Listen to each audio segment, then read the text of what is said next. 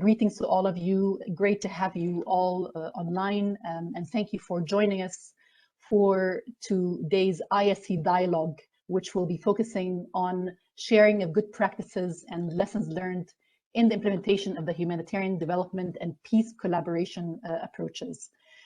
Colleagues, with over 80% or approximately 80% of humanitarian operations in protracted crises, as well as the World Bank's projection that up to 2/3 of the world's extreme poor will be living in fragile and conflict-affected situations by 2030, no doubt more needs to be done, and perhaps done differently by humanitarian development and peace actors to reduce risks and vulnerabilities to affected populations. While we still have a way to go, and including by reinforcing unified understanding of Nexus approaches in the field, by strengthening alignment of programs towards collective outcomes, it is important to recognize that progress has been made over the years in this regard. This includes through renewed global commitments, closer collaboration with development actors, including the World Bank, OECD, the UN SDG group, the development of critical guidelines and tools to support the operationalization of the Nexus, including with the IASC's light guidance on collective outcomes, but also practically on the ground in program countries where Nexus approaches are materializing and taking different shapes to adapt to the very unique context in which we operate. It is against this backdrop and based on popular demand from the field that the IASC's Result Group, focusing on humanitarian development collaboration and its linkages to peace, has embarked on developing a mapping of good practices in the implementation of Nexus approaches, which is the subject of today's dialogue.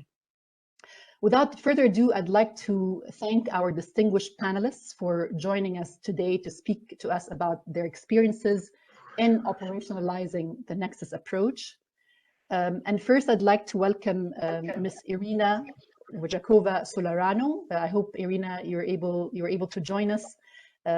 Irina is the Deputy Special Representative of the Secretary General, Humanitarian and Resident Coordinator for Iraq. She has more than 3 decades of global experience in migration and refugee issues, coordinating UN development and humanitarian responses, including as UN Resident Coordinator in Turkey, as well as in Serbia.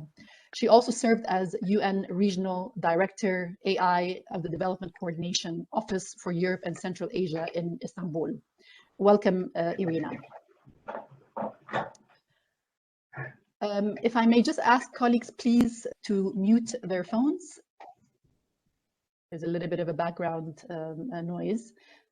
And I would also like to welcome Mr. Matthias Nab, who is the Resident and Humanitarian Coordinator for Cameroon. Matthias has more than 20 years of experience in international development. Most recently, he served as UN Resident Coordinator in the Comoros, and previously served as UNDP Country Director in Mozambique, as Governance Specialist in Tanzania, and as Governance Advisor in Rwanda.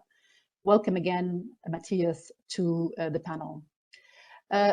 Pleased to also welcome Mr. Isaac Malim, who is the Director of the Nexus platform with Nexus Somalia Consortium. Isaac is also a researcher and advisor on public health issues, WASH, health and nutrition interventions. With 20 years of experience in humanitarian and development work, he is a prominent authority on improving humanitarian programming approaches in Somalia and is a member of the Canadian Institute of Public Health Inspectors. Welcome, Isaac. Thank you so much for joining. And absolutely also pleased to welcome Ms. Wafaa Saeed, who is the Director of the Coordination Division with the Office for the Coordination of Humanitarian Affairs. Wafaa has more than 20 years of experience with the UN, including with OCHA, UNICEF, and the World Food Programme. She served in various operational leadership roles in Sudan, Somalia, Indonesia, amongst other countries. Most recently, she served as Deputy Humanitarian Coordinator for Ethiopia, and she also was a senior advisor in support of the transitional government of Sudan during the course of 2020. Welcome to our panelists, and again, welcome to all of the colleagues who are able to join us today. As with usual practice, we will hear from our panelists, and then we will open the floor for questions and comments. Please do use the chat box to share your thoughts or comments or feedback or advice that you may have. And without further ado, perhaps just kickstart by turning first to Matthias. Again, Matthias Nab is the RCHC in Cameroon. Matthias, so Cameroon faces multiple crises with growing humanitarian needs.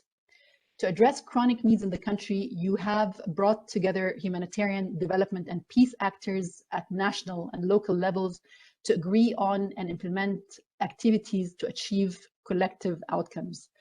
Could you please speak to us about your experience in bringing strong multi-stakeholder engagement towards delivering on collective outcomes? What's worked and what are the areas of potential improvement? Over to you, please, Matthias.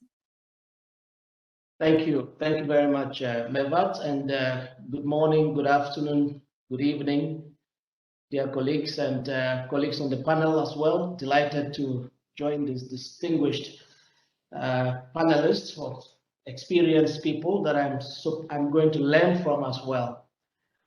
Thank you again for this question, and thank you for giving us the opportunity to also share some experiences on our way of working in relation to humanitarian development and peace collaboration efforts here in Cameroon. As you rightly said, Cameroon is experiencing 3 simultaneous crises: the Boko Haram attacks in the far north, the flows of refugees in the east due to the crisis in Central African Republic, and of course, internally, the socio-political crisis in the northwest and southwest regions. These crises have led to large-scale displacements affecting 9 of the 10 regions of the country. Given this context, the Nexus approach for us is paramount, with the intention definitely to address these needs, risks, and vulnerabilities of the populations living in these areas. A little bit of background. The government of Cameroon was the first country to volunteer, actually, to implement the Nexus at the World Humanitarian Summit in 2016, and became one of the 7 priority countries of the UN Joint Steering Committee to advance humanitarian development collaboration. And here we really have to acknowledge the government leadership in taking forward and nominating themselves, volunteering themselves. I've been here only about 15 months, and I must also give credit to my predecessor, Allegra, who actually started the entire approach before my arrival. So under my leadership, I needed to just pick up from where Allegra left. And basically in Cameroon, the Nexus approach aims to create synergies between humanitarian development and peace actors to better respond to the risk, needs, and vulnerabilities of communities affected by forced displacements, leaving no one behind, and addressing the different fragility in the different crises across the country. We created a multi-stakeholder humanitarian development peace Nexus task force. This for us is critical. And we mandated this group, this task force, to develop the Nexus approach and to help us operationalize it at the community level. The task force is very inclusive and includes more than 130 representatives from the government, UN agencies, the World Bank, member states, donors, international and national NGOs, and including the private sector. So it's a huge task force.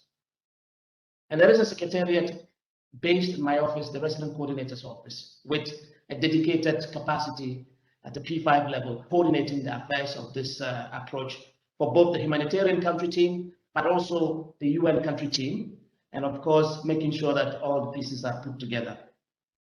Cameroon's Nexus approach has been integrated into our humanitarian needs overview, our humanitarian response plan, the common country assessment, as well as the United Nations Sustainable Development Cooperation Framework. So in all our strategic documents, we've made sure that the Nexus pillars are all integrated in these strategic documents. The vision of the Nexus here in Cameroon is based on a bottom-up approach. We jointly identified priority areas in selected municipalities affected by forced displacements that we call zone de convergence, or conversion zones or areas, in which humanitarian development and peace-building actors, national and international, converge and create synergies between their interventions under the leadership of local authorities. And here again, local authorities is key, ensuring that the results are greater than the sum of the projects, for the benefit of the most vulnerable. These synergies will allow us to respond to the immediate needs while addressing the root causes behind those needs and the risks and vulnerabilities of the refugees, IDPs, host communities, and communities of origin. Ultimately, the goal for us is for the communities affected by forced displacement to recover their fundamental rights indiscriminately and to improve their physical well-being and welfare. Now, I would like to share a few challenges that we have faced as part of our experience. First, the peace component of the Triple Nexus was initially a source of concern, particularly for humanitarian actors. The consensus in Cameroon is that peace is more than the absence of direct violence, and as such, peace actions in the Nexus promote attitudes, beliefs, relationships, institutions, and structures to sustain peaceful communities. The second is that the experience in Cameroon shows the importance of maintaining a dedicated capacity. And I cannot emphasize this enough, because the fact that we have the Nexus coordinator at the P5 level sitting in my office, supported by the resident coordinators architecture, the RCO architecture, we are able to play this coordination role across the humanitarian and the development actors as well. A humanitarian development peace coordinator has been deployed to my office, as I mentioned. Now, I need to also mention that the standby partner, NORCA, has also been at our aid in deploying to us a Nexus monitoring, evaluation, and accountability learning specialist. And we have also a Nexus humanitarian officer funded by Japan, who will be deployed very soon. A Nexus regional coordinator and Nexus Health experts will be deployed to the zones, the convergence zones in the municipalities where we have selected as convergence zones. I'm mentioning this because this is critical, and this is where we need a lot of resources to sustain this capacity to actually ensure that coordination is all along the chain from the top to the local level. Besides, it is essential to build a trilingual and sustainable needs nexus cadre within the government bodies at the national and local levels. The Nexus is now working. It's our new way of working here in Cameroon. And we are hoping that with the funding situation that we have currently in, that we'll be able to sustain the capacities that we have. And again, if there is room, I would like to also talk about some of the challenges that we face and where we think the IASC could be of assistance to us. But I think I'll stop here and wait for the next opportunity to speak. Brilliant. Many thanks, Matthias, and again, maybe joining your voice and acknowledging the role of the government of Cameroon, again, being one of the first volunteers after or at the World Humanitarian Summit to take forward the Nexus approaches. But also thanks for highlighting the very specific examples that you're applying in Cameroon to translate the aspirations of the Nexus to action, including around the task force that, of course, you've established, the voice, your message around the need for additional resources and capacities to be able to translate and make this possible by capitalizing on tools that are at the disposal or that are available to both the HCT and the UN country team, including the HNOs, HRPs, the CCA, the UN SDCF, to make sure that the Nexus pillars are well integrated and injected in these strategic planning tools. But also that particular example also that you highlighted with the convergence zones at the municipalities level, led by local authorities to bring the different stakeholders around the table and work towards collective outcomes. So thanks so much, Matthias, for sharing your experiences. And perhaps with that, I'd like to turn to Ms. Irina, again, Deputy Special Representative of the Secretary General and Resident Humanitarian Coordinator for Iraq, apologies. Irina, thanks again for joining. Now, the complex environment in Iraq calls for coherent approaches between humanitarian development and peace-building actors. The policy objective of the government of Iraq to close IDP camps as a means to end displacement further underscores the need for durable solutions to address the short and long-term needs of IDPs. Can you perhaps share your experiences of how you are operationalizing the Nexus approach in Iraq to address the specific needs of IDPs? And also would be great, Irina, perhaps to hear from you about how you're managing the collaboration between humanitarian development, stabilization, and peace-building actors, while, of course, preserving and respecting humanitarian space and the mandate of each. Over to you, please, Irina.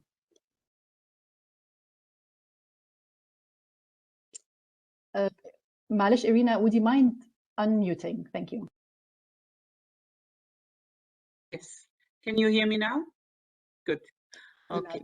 So thank you so much for inviting me to share with you the experiences that we have here in Iraq on how to handle the IDP situation, but especially towards the Nexus. The Iraq situation is as follows. We had the conflict with Daesh, which was Daesh was officially defeated 2017, while the conflict is by far not over, but there are still pockets of Daesh that are, active in the country. So. Nevertheless, the displacement because of the conflict has created over 6 million Iraqis that had to flee the area. Since then, around 4 million IDPs were able to return, some with our assistance, some on their own. But we still have around 1.5 million that are still displaced and that need our assistance in one or the other way. This situation is in a country which actually is an oil-producing country and has a profit of around $7 billion a month from selling oil. A country that actually would not financially need us, but because of an economy that is not well managed, the money flows somewhere else and not actually to the needy people in Iraq. So therefore, we have slightly a different situation than in other countries where we have displacement. At this point of time, we have started roughly 1.5 years ago. We started the discussion about durable solutions, that the displacement actually has no place in Iraq anymore. There is no need for displacement. And this was triggered by our own internal discussion between the humanitarian and the development actors, but also encouraged by an interim government that at that time was in place, that had the ambition to solve the IDP situation in Iraq. We were then pushing the government to really put things on paper and to agree with us on a concept forward. This has helped us to sign the adjustment of the cooperation framework agreement and to have a specific chapter on durable solutions in our longer term planning.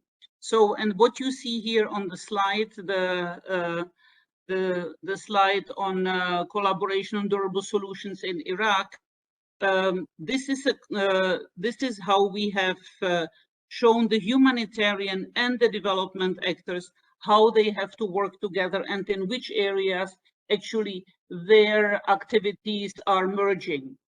So we have taken the clusters and connected the clusters to two chapters in our cooperation framework and to the SDGs, which are also the ambition of the government. So this is how we are working, slowly merging one into the other.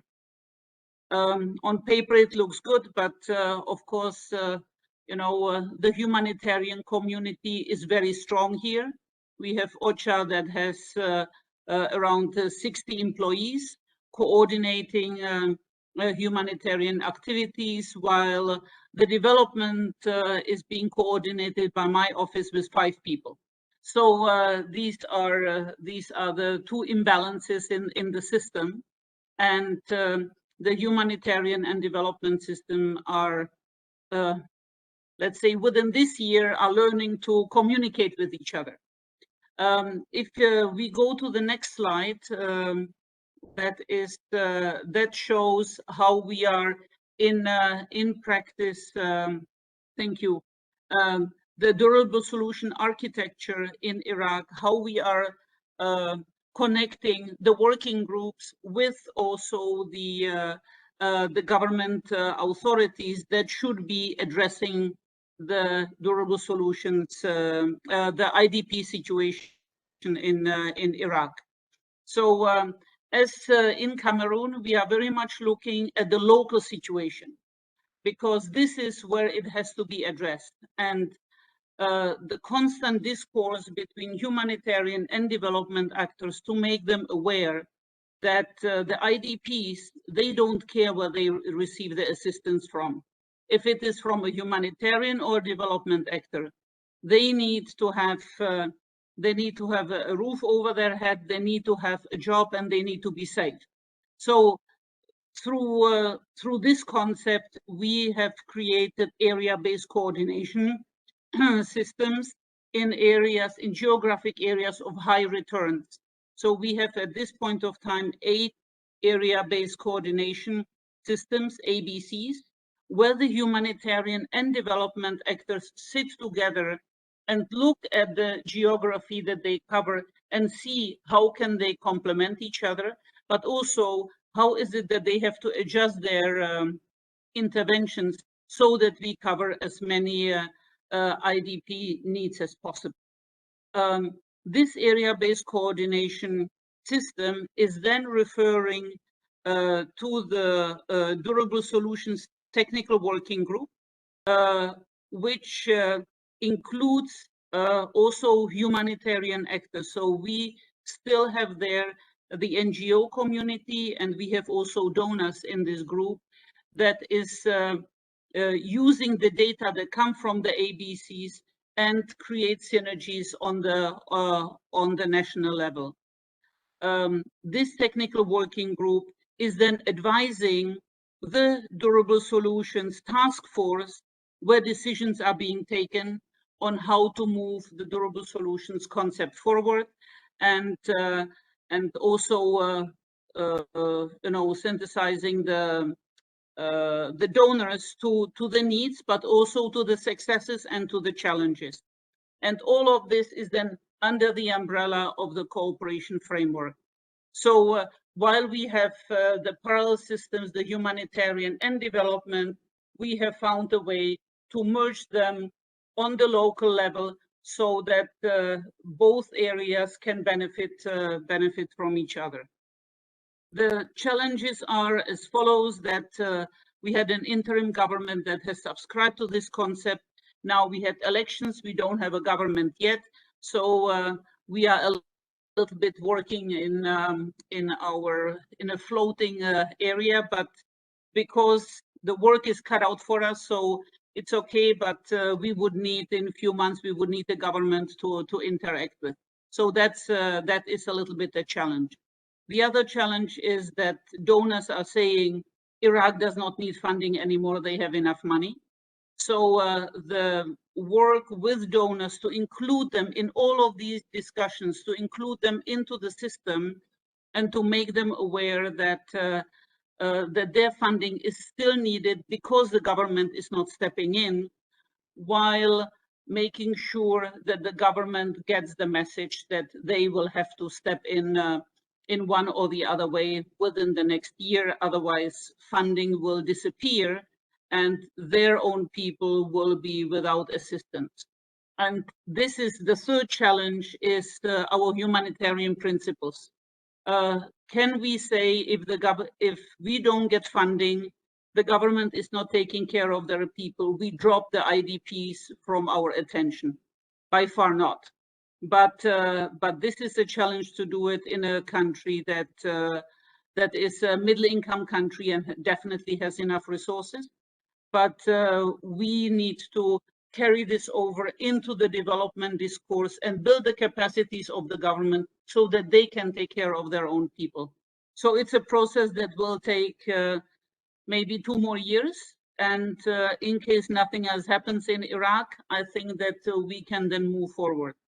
A lot has been achieved in the last years, but it is a very tedious way.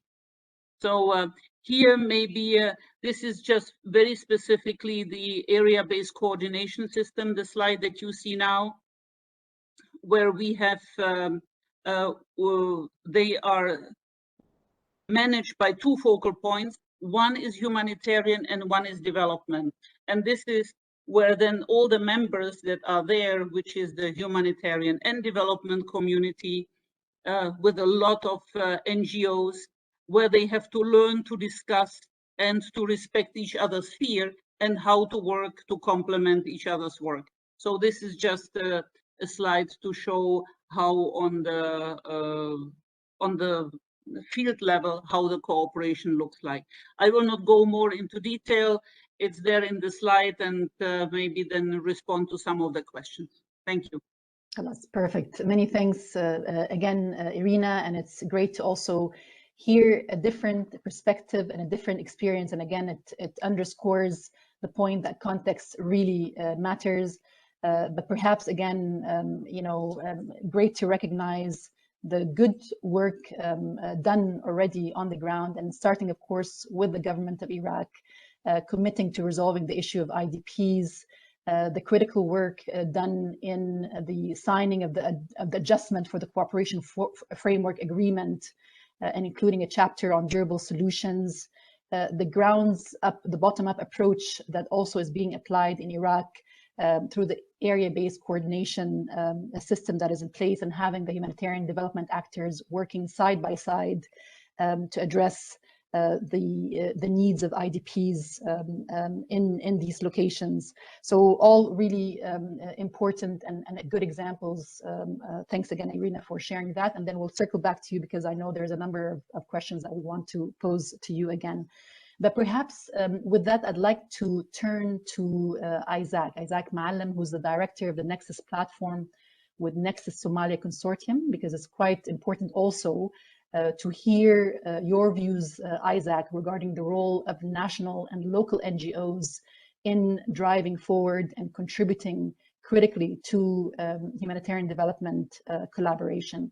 So can perhaps, Isaac, can you speak to us regarding your contribution and the contribution of Nexus Somalia Consortium and NGOs that are part of this consortium in the implementation of the Nexus approaches? What are the distinct experiences, including some of the opportunities and challenges faced by NGOs in operationalizing the Nexus, and what more needs to be done to ensure that national and local NGOs can meaningfully contribute to the various phases of the Nexus approach? Over to you, please, Isaac.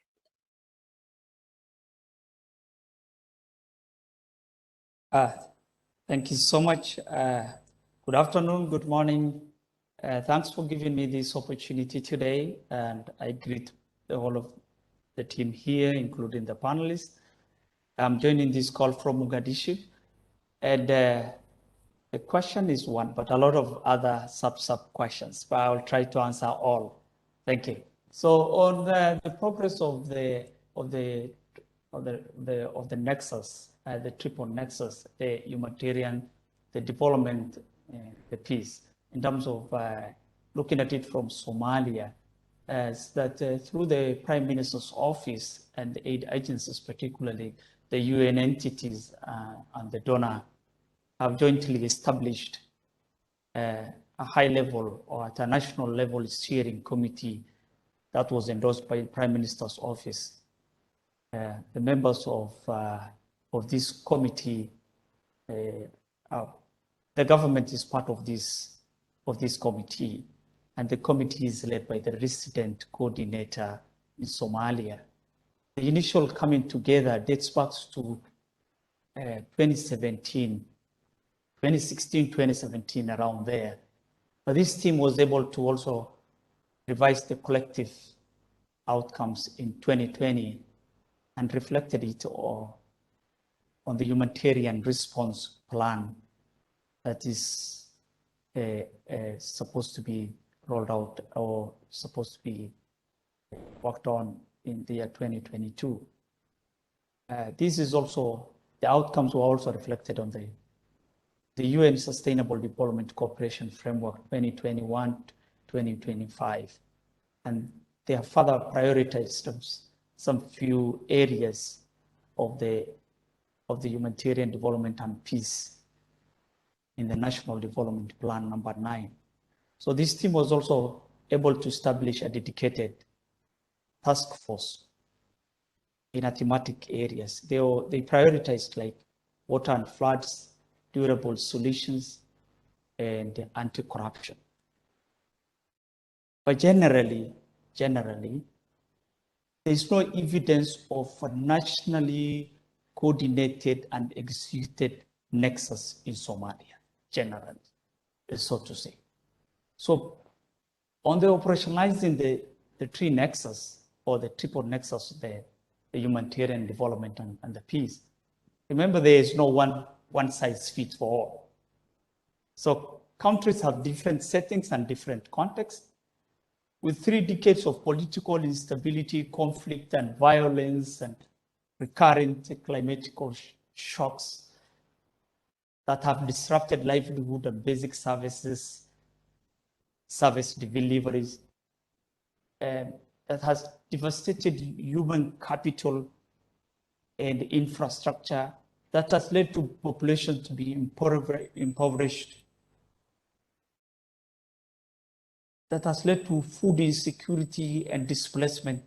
We are speaking about 3 decades, 30 years. And now coming with desert locust and COVID-19, all these together, Somalia is probably the most complex crisis in the world. You can imagine operationalizing the triple nexus, or the humanitarian development and the peace in Somalia is as complex as the situation is. And that's how difficult operationalizing that will be, and the task ahead for that team. So are there opportunities? Yes, there are opportunities for the team. We know there are people and authorities who are tired of emergencies for 30 years. Year in, year out, humanitarian emergencies. For instance, I could hear Puntland State requesting for humanitarian actors to redesign their programs towards development and sustainable interventions. To date, humanitarian approach, design and decision making and aid processes are largely kind of emergency oriented. What are the challenges? This now relating to humanitarian development and peace. I'll give you a small story about it. About 3 months ago, I reconnected with a friend of mine, also a colleague who is a humanitarian worker. And then, as usual, where do you work? I started saying, I work for Nexus platform in Somalia. And she was kind of, hey, you're working on the 3 big elephants that the humanitarian workers are confused of? That her way of explaining the humanitarian development and peace. So it is that much of people are confused about the whole issue of who does what in terms of humanitarian peace and development, the 3 nexus. So why am I telling you this story? I know today the topic is complex and we may have several questions, but such a place is the greatest forum where we can discuss and demystify strange issues around the triple nexus. So on the practical challenges in the field, particularly in Somalia, I'll start with a simple one. And the most difficult anyway, the common understanding of the larger humanitarian community, or the terms, the humanitarian, what does it mean? What does it encompass? The development and the peace, particularly the peace. So one of the panelists tried to explain, it's not the absence of the physical violence. Yes, but how far? What is the scope? And one other challenge is that the triple nexus, or the humanitarian development and the peace, the process is stuck at a national level. That's the way I see, with some few actors. There's a need to cascade it down. Local and national actors are critical in humanitarian response, in propelling response in country level, at the community level. And there's a need for the nexus to reach down to them and to make them understand and for them to participate. The other challenge is there's a need to have a dedicated team initiating, convening, facilitating, and coordinating the Nexus approach in each country with all the stakeholders, including the lower level of the government, the civil society, the private sector, actors, for better participation, involvement, and partnership and awareness. And on to how can we involve the local, the national actors? You need to engage them. That's simple. It has to come down to the local actors level, and it has to be understood. You have to involve the local actors, you have to involve the national actors, and you have to involve them, and you have to give them the partnership, the meaningful partnership and awareness that they deserve. We all know that local and national actors are permanently within the community, the population we are here to serve. And their staffs are 100% and fully blended with the affected communities. They understand the context and they can really help with the dynamics. Yeah, I think I should leave it to that. Thank you so much. Super helpful, Isaac, and it's really quite important, of course, to hear this particular perspective and also your emphasis. I think, very, very clear message around the importance to build upon and rely more on local actors. Again, thanks for sharing the good examples about how, of course, UN and donors with the steering committee endorsed by the Prime Minister's office, with the government's, of course, participation and membership, and in the steering committee to drive forward durable solutions. But it's clear also that you've highlighted the number of challenges in Somalia that need to be addressed, and some of which are, again, and I think this was reflected in the mapping of best practices that was shared, is that there are still challenges around a unified understanding of what the Nexus approaches really means on the ground and how to translate it to action. And that's why this dialogue is quite important, because we've seen and heard also from the examples in Iraq and Cameroon that there are ways to address some of these lack of understanding of what the Nexus approach really looks on the ground, and how to also start bottom up with some of the examples, again, that Irina in particular also shared with the area-based coordination at the provincial level. But I hear you, and all colleagues also online, they heard you loud and clear that the process starting at the national level, while good, it's not enough, that it needs to be cascaded, and it must be localized, and there should be a lot more engagement of local actors and local authorities. It's quite essential. It's not a good to have, it's a must. It's a must have. So again, thanks, Isaac. I'm sure your points are going to resonate quite strongly with many of the colleagues that we have online, and I'm sure there'll be comments and questions for you as well. But perhaps I'd like to turn to Wafa Saeed. Wafa Saeed, colleagues, again, is the director of OCHA's coordination division. So Wafa, of course, we've heard from Matthias, Irina, and Isaac on their experiences at the country level. Now we want to take it one step higher, perhaps, in terms of hearing from you regarding the key findings and trends that are presented in this recently endorsed IASC mapping of good practices in the implementation of the Humanitarian Development Peace Nexus approaches. This was recently endorsed mapping of good practices based, as I was mentioning, on popular demand and requests from the field, to share again good practices and lessons learned so that we can do more in terms of operationalizing the Nexus. So perhaps with that, over to you, Wafaa. Okay, thank you so much, Mervat and colleagues. As you mentioned, this has been a collective effort from Result Group 4 under the IASC, and I want to really thank colleagues from OCHA, DCO, FAO, ICFA, IOM, Oxfam, the Peace Building Support Office, UNDP, UNFPA, WFP, World Vision International, and the Global Protection Cluster. So it was this team. I want to thank them who worked on this. I also want to thank the resident and humanitarian coordinators, and we had the privilege to hear from Irina and from Matthias for Iraq and for Cameroon, and we had also Isaac from Somalia, and the teams that work with them, and also the team that work here in headquarters. And the mapping has covered 16 countries, so you should be able to see the report. And for me, just to flag that with the mapping, as we have heard from the presentation of the distinguished colleagues on the panel, from this mapping, you'll be able to see the good practices we have seen from the 3 countries that were presented in one place, but also the challenges that require systemic solutions at the global level accessible to the country. So I think it is great that we have these 16 countries in one place that you can look at both the good practices and the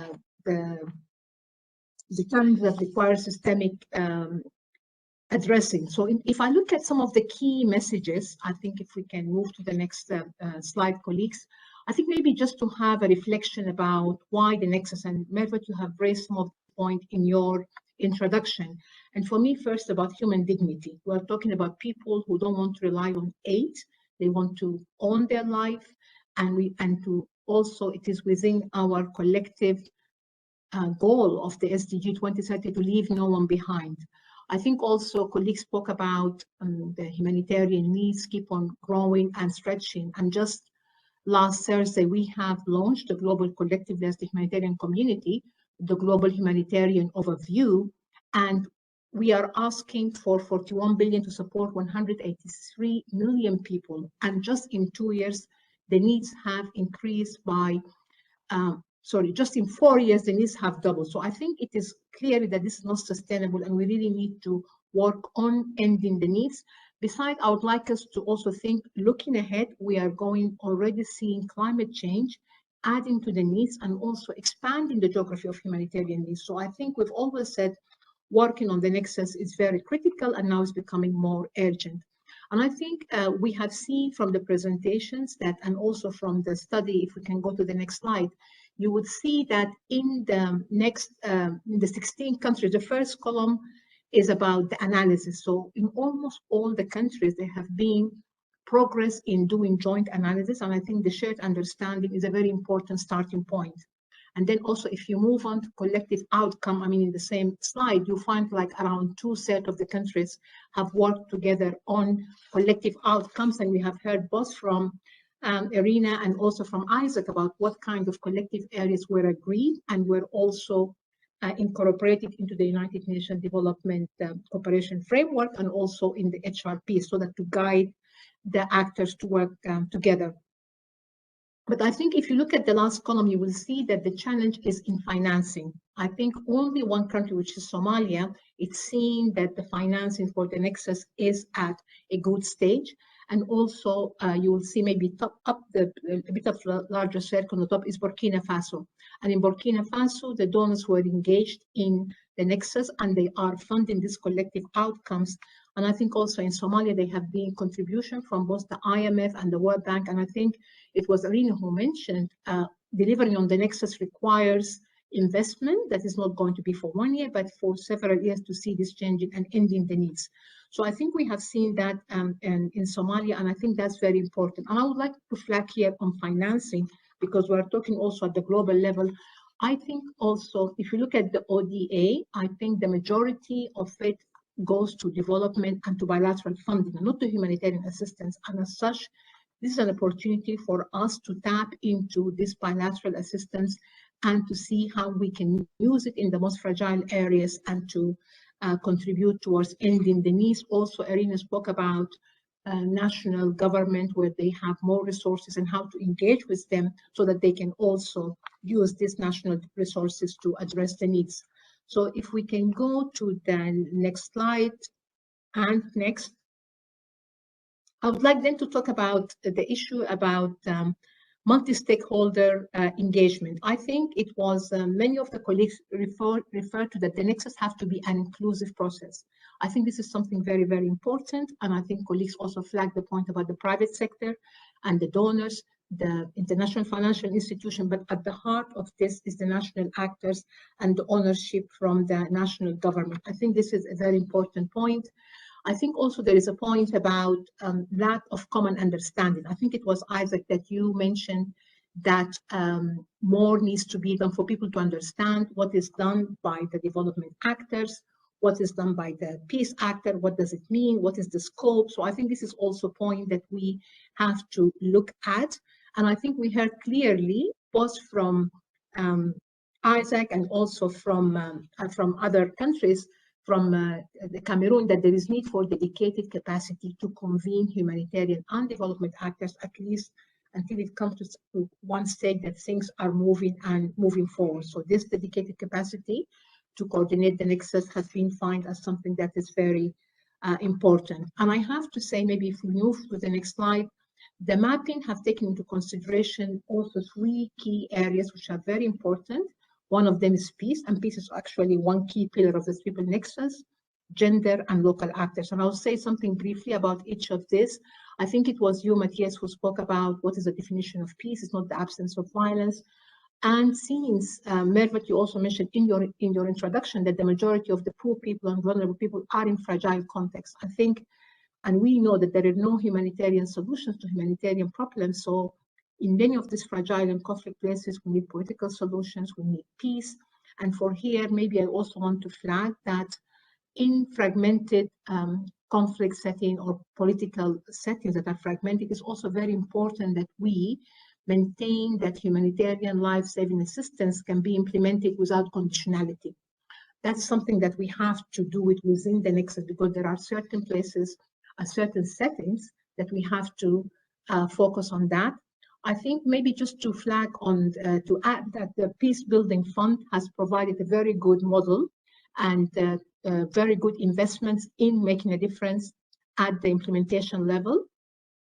And for example, in Sudan, the Peace Building Fund was used to establish basic services, to strengthen rule of law, and to address reduced conflict in some areas of displacement. So also the engagement of the Peace Building Fund for the to address the pillar of the peace has been quite positive.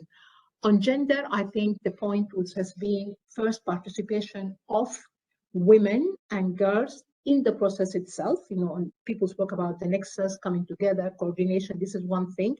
Mainstreaming of gender in the analysis of the Nexus, in the joint analysis, important thing. And also the area when we have some collective outcomes where women's rights are behind, like in Jordan, there were also collective outcomes on women's rights. So at all aspects, the lens of the gender has been very important. And I think all speakers spoke about the role of local actors. It is critical.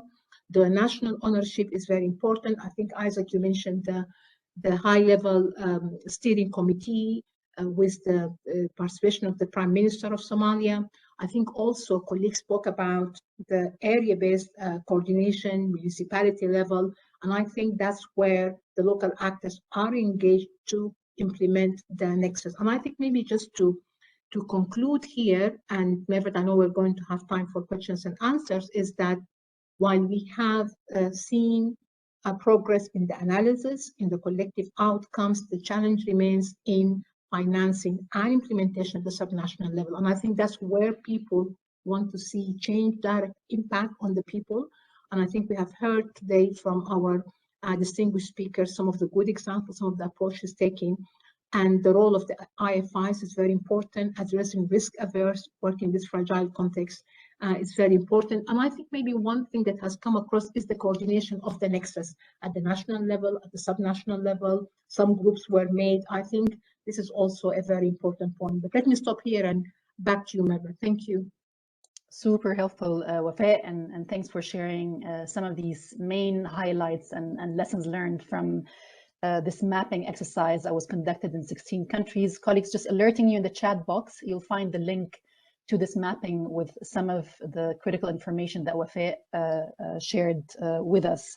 So again, and thanks for highlighting a number of critical points, of course, Wafa, but again, just to echo the point around the importance of this inclusive process and reiterating the issues that Isaac highlighted around engagement with local actors being quite fundamental and important, but also a lot of the calls that were also made by Matthias as well around the need for dedicated capacity. We spoke about the Nexus advisor at the P5 level, attached to the RC's office to make sure that, again, they drive forward and are the catalyst to bring critical actors around the table to deliver on collective outcomes.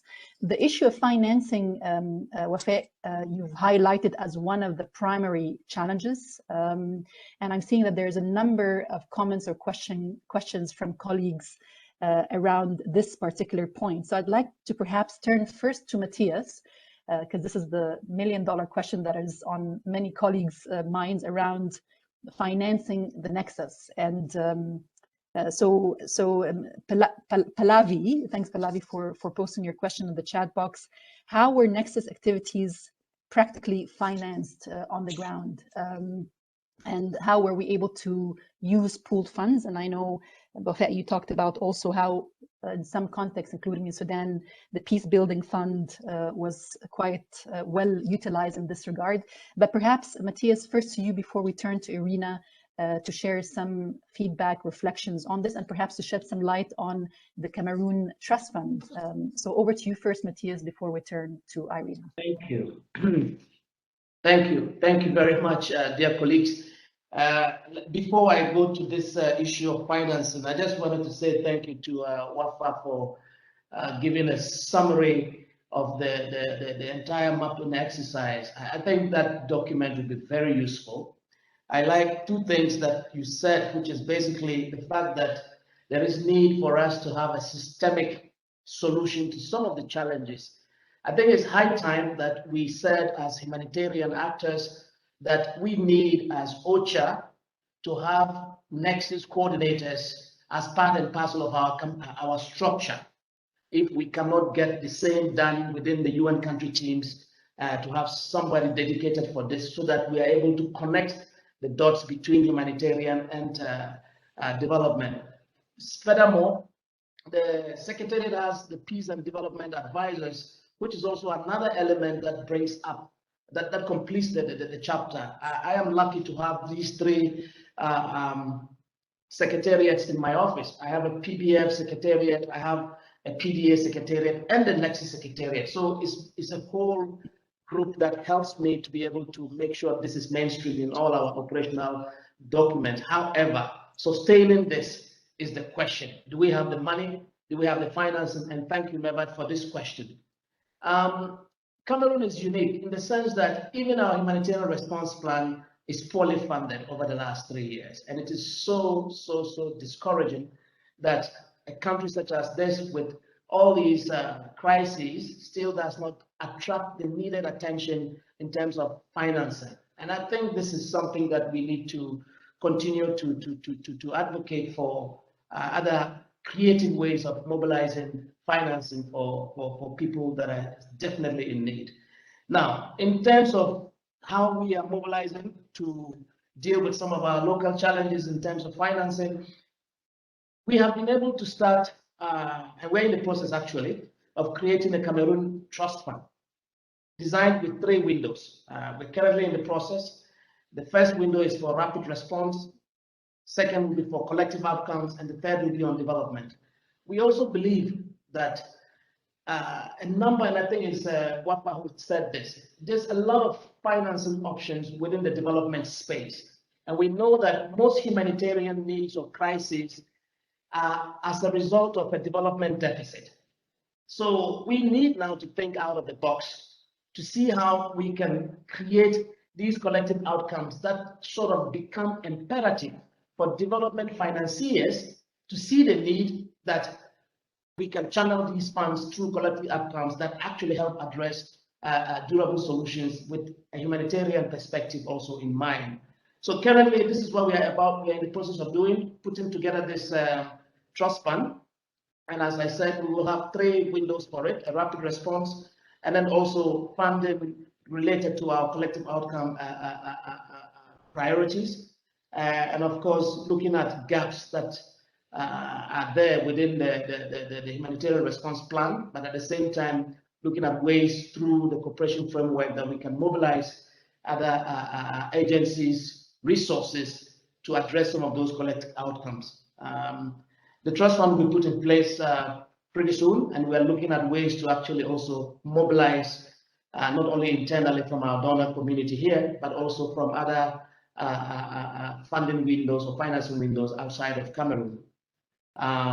I think my last plea will be that we are looking forward to the IASC to also advocate on our behalf with donors to actually ensure that we have predictable and flexible multi-year financing to support the synergies between humanitarian and development and peace-building interventions. I will stop here and look forward to other questions if there are any.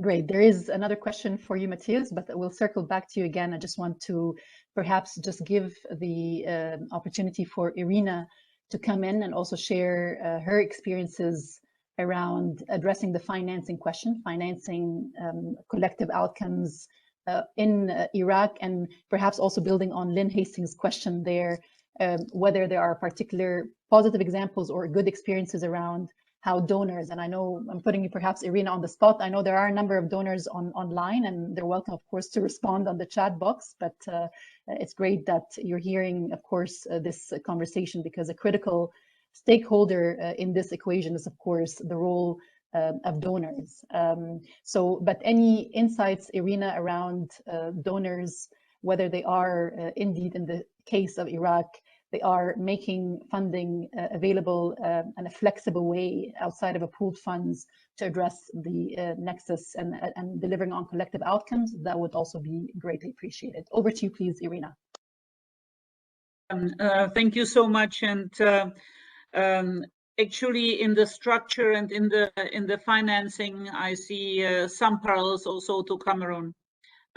While we don't have so many resources, let's say, in my office, but I have, at this point of time, I have a durable solutions advisor that is financed by the Swiss government.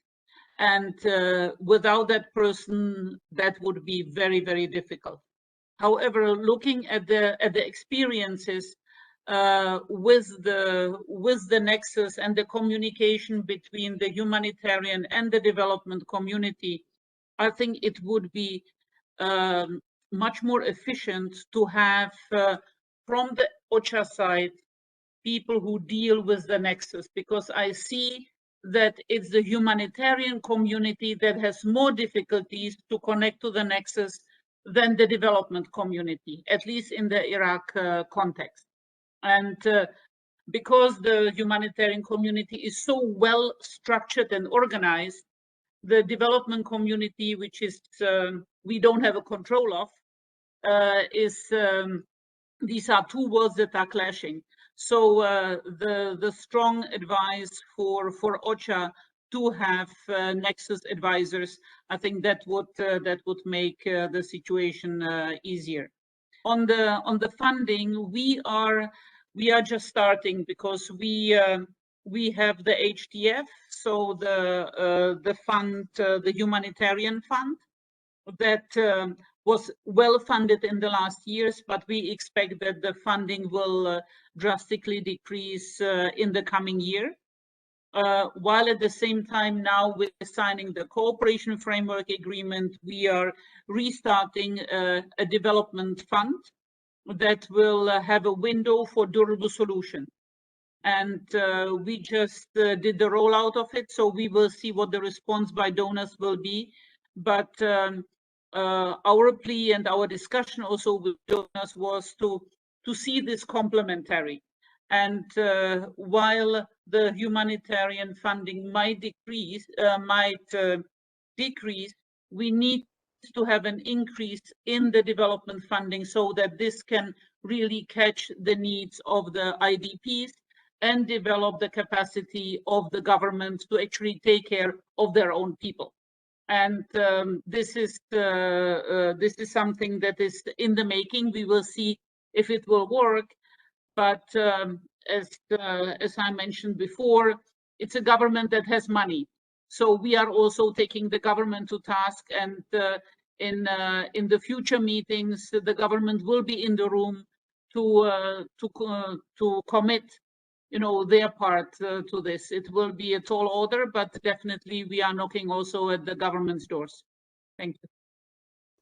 Super helpful, Irina. I won't reflect on the great feedback and, of course, comments that you've shared, Irina and Matthias, because there's quite a few questions posed by colleagues online. So maybe I'll just go straight to Isaac. And maybe this is a question for Isaac, and circling back again, if time permits, to Matthias and Irina to share their thoughts around whether you can share, Isaac, perhaps good practices to bring governments, local authorities from the grassroots level to regional and federal levels in pursuing durable solutions. Any good examples, perhaps, that you may have seen in Somalia that you can share with colleagues? That would be fantastic. And then afterwards, I'll turn to Matthias. And then I'll turn to Matthias on a question regarding the Nexus monitoring system or approach that you're putting in place in Cameroon. I believe, if my memory serves me well, this was with thanks to the contribution and the support of NORCAP. So if you can say a word on that, that would be helpful for colleagues.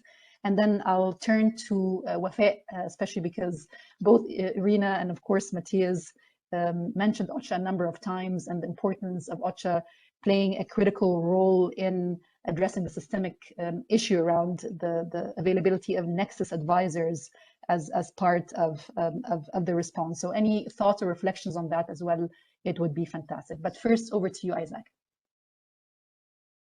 Yeah, thank you so much, Mavet. I think the whole issue of Nexus is a little bit limited to international actors and largely with the UN. It is stuck still at the coordination. That's my belief. And in my initial discussion, that it has to cascade down so that the actions are realized. So the fact that there are pockets of humanitarian actors doing development that are silos, that are it's a kind of the tree nexus is not a serial thing. It's not something that you need to say, I did this, I do that, I do that according to my understanding. It's something that has to come together and go together and has to be coordinated. So humanitarian actors with the national and the international and with the government in partnership do a few development pockets of peace in somewhere in humanitarian largely. So the what is missing is the coordination that is cascaded down to make sure that every partner knows and everything that they do contributes to this pillar up here. So that. But a good example is I work with the Nexus as a platform, and it has 8 local partners working in Somalia. And this is out of contemporary challenges that they came together, not because of Triple Nexus or the Nexus program, but other issues, Nexus included in. But we said as a pillar, we have in the platform, we have Nexus as a pillar, and members are working towards that. And with some few pilot projects like the one we got from the DRA, we were able to implement. You see, having that in mind is a lot. So we are registering small wins, and these small wins will add up to something big. So it is that coordination that is missing, and this has been demonstrated by actors on the ground in the front line. It is achievable, but the coordination is what is missing. A good examples. There are few examples of programs and projects that were coordinated with the government and local actors and national actors who have implemented, programs that have addressed peace and development, but also humanitarian in nature.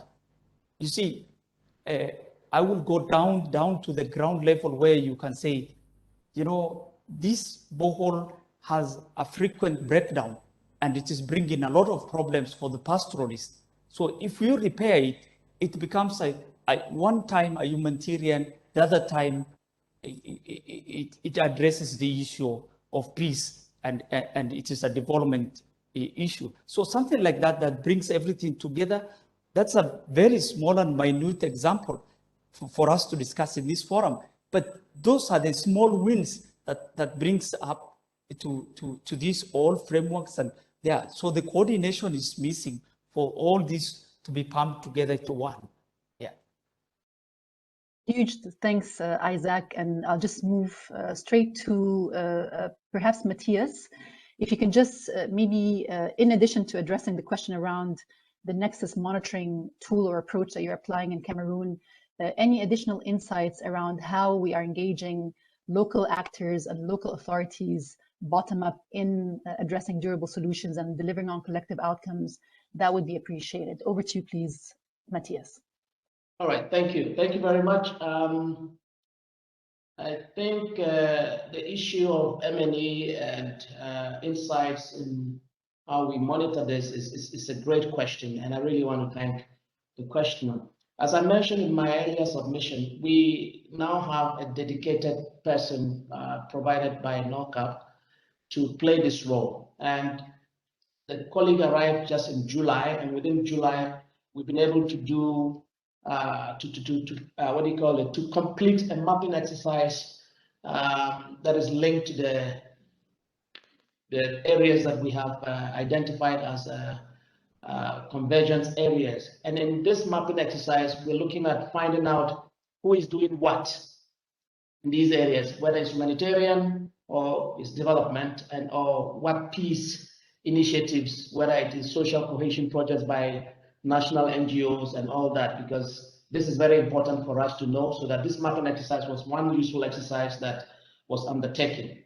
Secondly, the colleague is also developing other tools that will be used to conduct joint analysis in these convergence areas. And our intention is to finalize a common action plan, to prioritize the development of a common action plan, which will also be a tool that we can use in terms of monitoring our operations in these convergence areas. Now, the colleague is also adapting and working very closely with the task force to adapt existing tools for our accountability to affected populations, which is a priority undertaken by the humanitarian country team. And we want to be able to at least adapt all these existing tools to our context. Lastly, as I mentioned, I have a peace and development advisor group, also secretariat, also based in my office. We are also compelling them to develop conflict-related analysis in these convergence zones that will also help us in terms of how we plan and jointly plan in these convergence zones. The issue of bottom-up, as you mentioned, Levat, the power starts from the bottom. I think we jump in instances of development and or humanitarian from outside, and sometimes our assistance is not sustainable, and sometimes we can easily be manipulated by local opinion leaders if we are not involving them in the entire planning and execution phase. And I think this is where we have an advantage, in the sense that our approach has built on, since we got the national and government, political will by volunteering themselves. So at the national level, we have that support, and they participate actively in this task force that my colleague Jahal and the team are leading. Now, at the municipality level, we have a cascaded task force as well, which in this sense are being, the power is given to the local authorities to actually lead and direct the process, because again, they feel empowered, and we are acting as, advisors. And I think this is where we have them owning the process of the interventions that we are championing and bringing to the fore. Let me conclude by saying that in the case of Cameroon, and I'm sure my colleague in Iraq, the RSG will agree with me, without involving the local authorities, and in their case, the area-based coordination groups that have local actors involved right from the beginning of the planning process, we will still be drawing circles around ourselves. My last point, and I will shut up here, is the issue of funding, and I want to be upfront. When I suggested that OCHA should include this in their funding structure of positions, I do not want to say that a person must sit in OCHA. I think the Cameroonian model is so exemplary that I would prefer this OCHA-funded position to sit in my office. Then it shows the neutrality and the fact that we can then coordinate using my office as an, a clearinghouse and an open space where nobody would think that this person is fully humanitarian or fully development, because the HC is still the RC. So you are in the middle, and you have to now say, look, your independence and your neutrality in terms of ensuring coordination and collaboration. So let me say that I would like this position to be funded by OCHA for sustainability purposes, but then this person should sit as an advisor to within the RCO, and then servicing both the humanitarian country team and the UNC team. Over. Perfect. Many thanks, Matthias. And I think this is a good introduction to Wafaa to perhaps share her thoughts and reflections on the Nexus Advisor question. And while you have the floor, Wafaa, it would also be good. There are a couple of comments around area-based coordination, and indeed, if this is being indeed rolled out systematically now on the ground. So any thoughts or reflections on that would be fantastic. I apologize for colleagues because I know there's quite a lot of questions and comments in the chat box, and just speaks to the importance of the topic, but also that we'll probably need another session on this particular issue, and maybe zooming in on the peace component of the Nexus as well, because I know most of the discussions really revolved around the humanitarian development aspects of the Nexus. So, and with thanks to Henk Jan for sharing some of his thoughts on the peace component in the chat box as well. So I'll give the floor to Wafaa to share some thoughts, and then I will conclude by giving the chance for Rachel and Marta, the co-chairs of the IASC's results groups, to speak about the podcast that is being released as we speak around the Nexus. And I'm sure we will capitalize on the great questions and feedback that we received today to, I would hope, add a few additional podcasts around some of the questions that have come up today. So maybe over to you first, Wafaa, before we turn to Rachel and Marta. Okay, thank you so much, Mervat and colleagues. I think on the point about support to capacities, dedicated capacities for the Nexus and coordinating the Nexus, I think first, just to share that many colleagues here might be aware that there is also the launch of the Nexus Academy, where training and orientation specifically on areas around the Nexus, I think a number of UN agencies led by UNDP and also by the DAC UN group. So we have that, but this is beyond the coordinators, it's for the whole actors across humanitarian development and peace pillars. And just want to explain that how are we supporting the Nexus here? You would, colleagues would know that there is a joint steering committee co-chaired by UNDP and OCHA at the principals level, delegated directly by the Deputy Secretary General to advance the humanitarian development and peace Nexus. And I think we have a core team that has OCHA, that has a development coordination office, UNDP, and the peace building office. And this core team at the director level are supporting the principals and supporting the country levels. And I think that we have, as a team from some of the countries, received this kind of request for dedicated Nexus advisors, and we've been, I think even one of them was funded maybe through the Peace Building Fund because the area requires some issues around conflict, and some of them, for example, we have in DRC, in Haiti, supported by those. But I hear the point loud and clear in terms of that for the Nexus to move forward, there is dedicated coordination capacity. And this is something that I'm going to be discussing with our core team to see where does it fit, because we see that this is something not just OCHA, it's OCHA, DCO, UNDP, and the Peace Building Office, because it's around all this Nexus. And I just want to reassure Matthias and Irina that I hear their feedback, and this has also come from the review. And Mervat, also the principals of the Joint Steering Committee met yesterday, and they have agreed for the priority countries, including Cameroon, to go back to the regional coordinators and the teams and to see where more areas required. And already this is an emerging as one area that can be taken forward in a concrete way. I think on the area-based coordination, I think in some of the countries we have seen expansion in the area-based coordination at the subnational level, because it became very, very clear to really have effective coordination, we have to really focus on the subnational level, and especially if you want to reach the most vulnerable people. So we have seen some operation, and I would refer colleagues to the coordination mapping that we do every year. We have seen some of the countries have expanded the subnational level coordination on area-based, and this also becomes very useful in terms of the engagement of national actors and empowering them in the response. And I think we can send to the colleagues, or if you reach out to us of the organizers, to share with you the link to the coordination mapping. Thank you so much, Mervat. Many, many thanks, Wafaa. Super helpful. And I think, this is reassuring also to Irina and Matthias that their messages and their calls are well, understood and heard. And so thanks for sharing again what OCHA is doing on that front. Colleagues, I've been alerted actually that we have a few more minutes. I thought we were concluding at 5, my mistake, but we have a few more minutes. So with your permission, I'd actually like to give the floor to, apologies, one second, let me just get the name right. To Henk Jan, who's with PBSO and also a member of Result Group 4 on Humanitarian Development Collaboration. Perhaps just before we conclude this dialogue, to share his reflections, thoughts, and advice on the peace component of the Nexus. So over to you, please, Henk.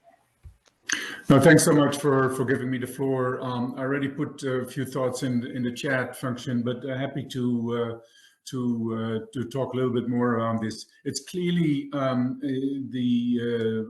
the triple Nexus, the most difficult one, and I think the least understood.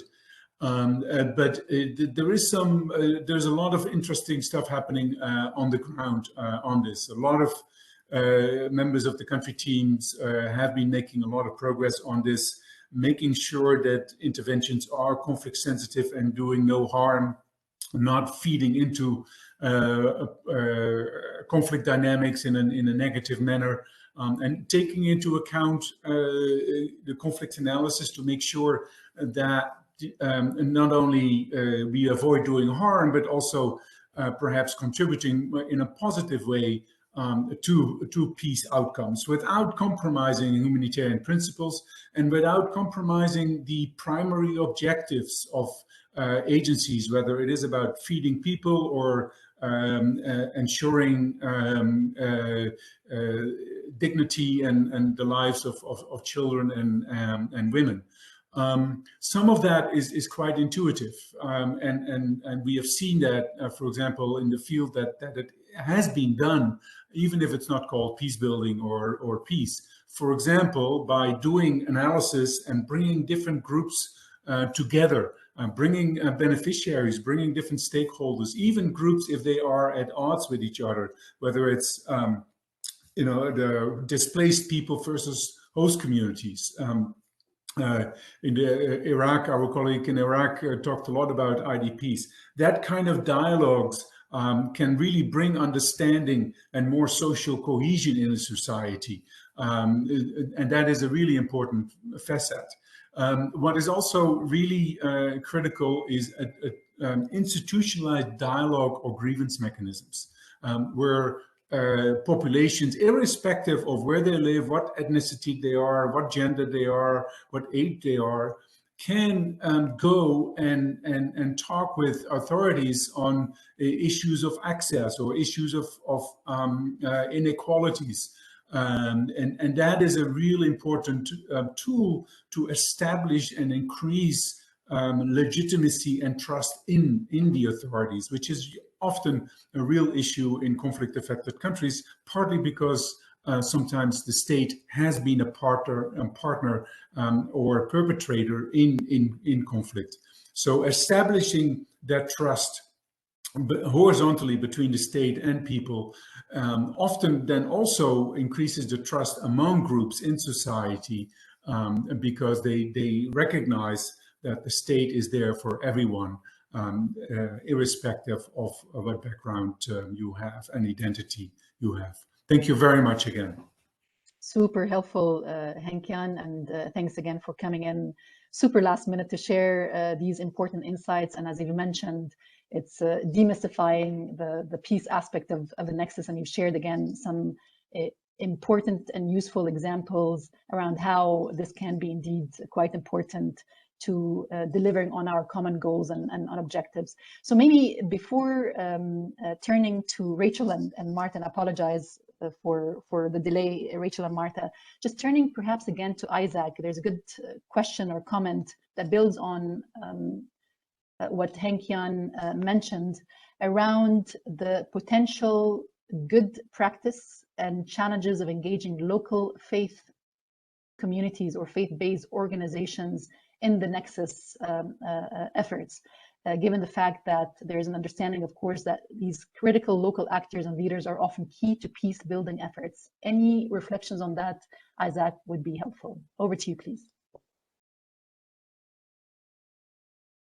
Yeah, thank you so much, Moffat, on that. I think, yeah, so the local actors, whether faith-based or non-faith-based, usually within the community. So they know, and I know where this question is coming from. In a context like in Somalia, or where civil war has been there for time, it is faith-based organizations that has been there mediating and making sure that programs and progresses are registered within the communities. And the issue of conflict is usually settled through the faith-based organizations.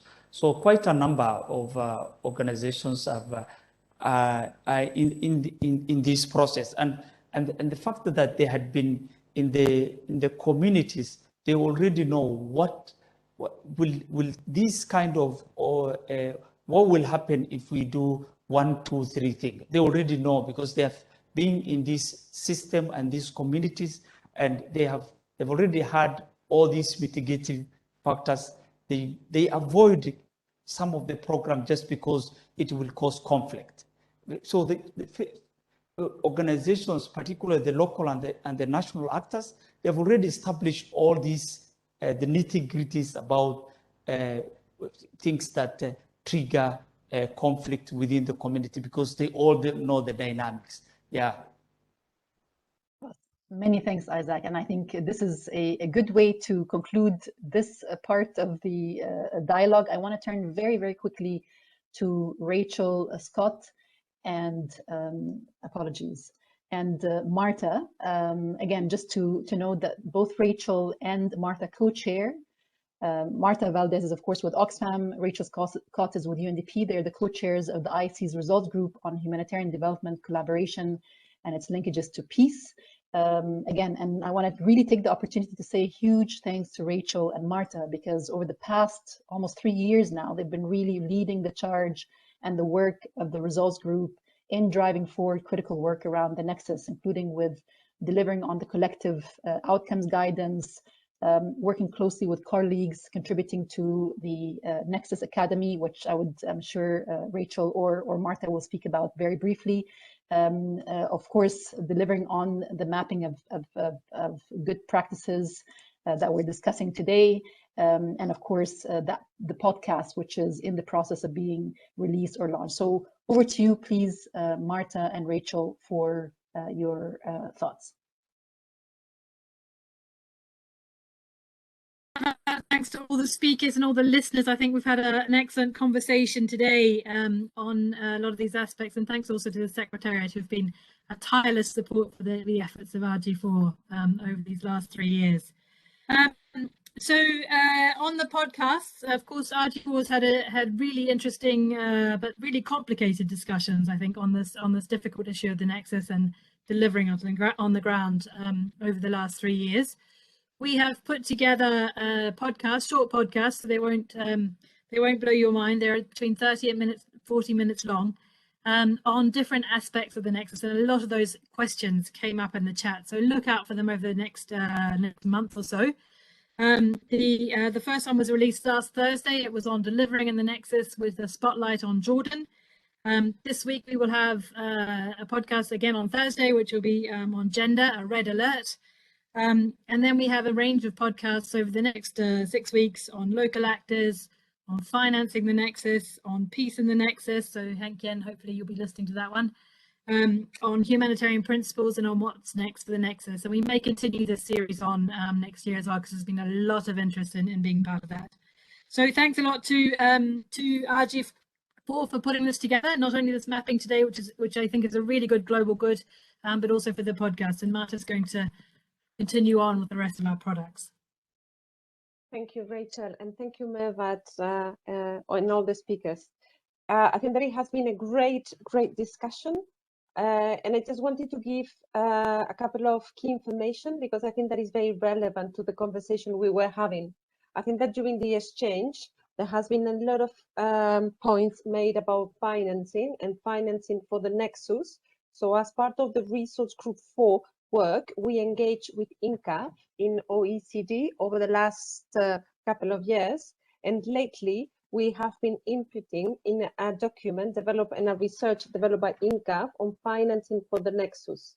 So we expect this document that has been contributed as well by some members of Resource Group 4 to be ready in the coming weeks and months. And we'll be looking at different tools and approaches to finance the Nexus. So it's a very good one. Colleagues, stay tuned, because that is an interesting one. And the second one is about peace. In addition to the podcast, we will be releasing in the coming weeks a toolkit and guidance, analysis and mapping for humanitarians. So it's a compilation of tools and guidance that will serve humanitarians to further understand how we can engage with the Nexus, depending on the context and depending on the organization mandate. So those are two of the outputs of the Resource Group 4 that are coming in the coming weeks. And as you know, in the past, there are a lot of different key documents and processes that may be useful. Just to mention a couple of them, because they're relevant to the conversation. One is on the guidance on collective outcomes, because it speaks about coordination, speaks about participation, speaks about how we bring all the key stakeholders, including local actors. And the second one is a briefing paper that we developed to unpack the peace in the Nexus. So Resource Group 4 has been a great group, very engaged, and I think that the outputs are speaking to the engagement of the members. Thank you. Huge thanks, Marta and Rachel. And again, I think really hats off to you and the IASC Results Group members, because a lot of the work that you've been doing has really been demand driven rather than supply driven. And again, and that's why I could see even in the chat box, and the nodding from Matthias and other colleagues, that this is precisely the type of tools that's really, really needed to support the work, on the ground. So huge thanks again to you. Perhaps, Irina, any final, very, very brief final words of reflection, advice from your end before we conclude? Yeah, thank you. Very, very briefly, thank you for this discussion, which was extremely helpful. Also for me to listen to others and to hear from Matthias what his challenges are, but also the questions that came in that help us to understand better what the concerns are out there. I think we definitely need to have more, not instructions, but giving examples that the Nexus is possible, because there is so much, emotional resistance to it. Not that people don't want to make it happen, but people just don't know how, because they are so much, at home in their own, development or humanitarian sphere, that they have difficulties to see beyond. So giving more examples, spreading it through OCHA network and through the development network, I think this will make it then for us, the HCs, easier to start a discussion with our colleagues on the ground. But also what was mentioned, the Nexus will only happen when we start from the bottom. And it has to happen in the bottom, because why are we doing this?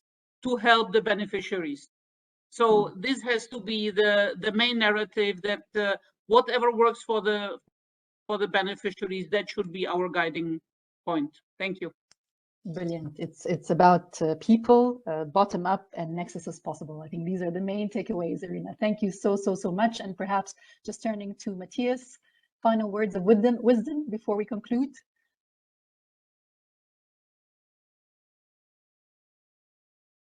And that's when we lose Matthias. So I'll just.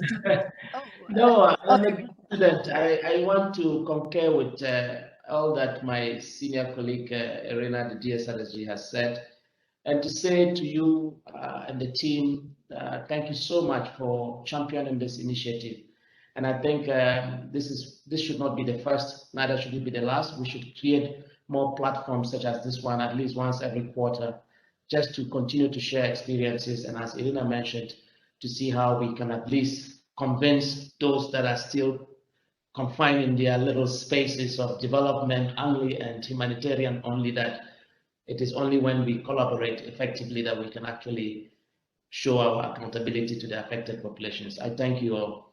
Thank you, Matthias. Thank you. And a big part of it is socializing the ideas, the good examples, and showing that it's, as you both mentioned, that it's possible. Wafaa, over to you. Final thoughts. Yeah, I think just to thank you, Mervat, and to thank all our distinguished leaders in the field, and just to also to reassure you that we see our role as a support role, and we hear you. I think it was excellent to get your assessment about the areas that we can support, because our support should be demand-driven. So I think your reflections have been extremely helpful. And I think just one point is that the people at the center. It's about leaving no one behind, and this has been extremely useful. Thank you so much. Thank you, Wafaa, and definitely saving the most important voice, I would say, to Isaac to share his final thoughts before we conclude.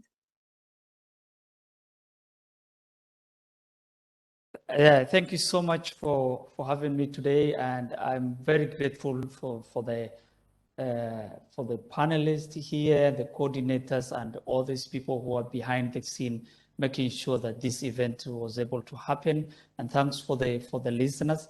One last thing is I want to say about Nexus. Nexus is not a serial process and cannot work in silos. The three Nexus are all needed at the same time. Don't forget that government at the grassroots level, at the national level, and don't forget national and local actors are very critical. So don't forget, let's implement together. It is possible, involve and engage. Thank you so much. Thank you, Isaac. Localize, localize, localize. This is of course, the critical theme that crosses everything that we do in humanitarian action as well as in the Nexus. So thanks for making that message absolutely clear through today's dialogue. Colleagues, really, really huge thanks. Again, first, a big thanks to all of the panelists. Thank you for making the time. I know you have, quite, very, very busy schedules. So making the time to be on this panel, sharing your experiences has been extremely helpful. I know for me, and I'm sure for many of the participants online. And huge thanks for the participants also for joining and sharing your questions, your advice, your feedback, and challenging us as well to think critically outside of the box. And also a special thanks to both Rachel and Marta and the IASC Results Group's members, who, by the way, the IASC Results Group is composed of more than IASC members. critical actors, development actors are also part of that group. And again, it shows that, again, the Nexus is possible also at the global level as well. Huge, huge thanks. And I look forward to the next series of discussions on the Nexus, and maybe zooming in on the peace angle as well. So thank you so much. Wishing you all a good day and a good evening, and see you soon. Bye-bye.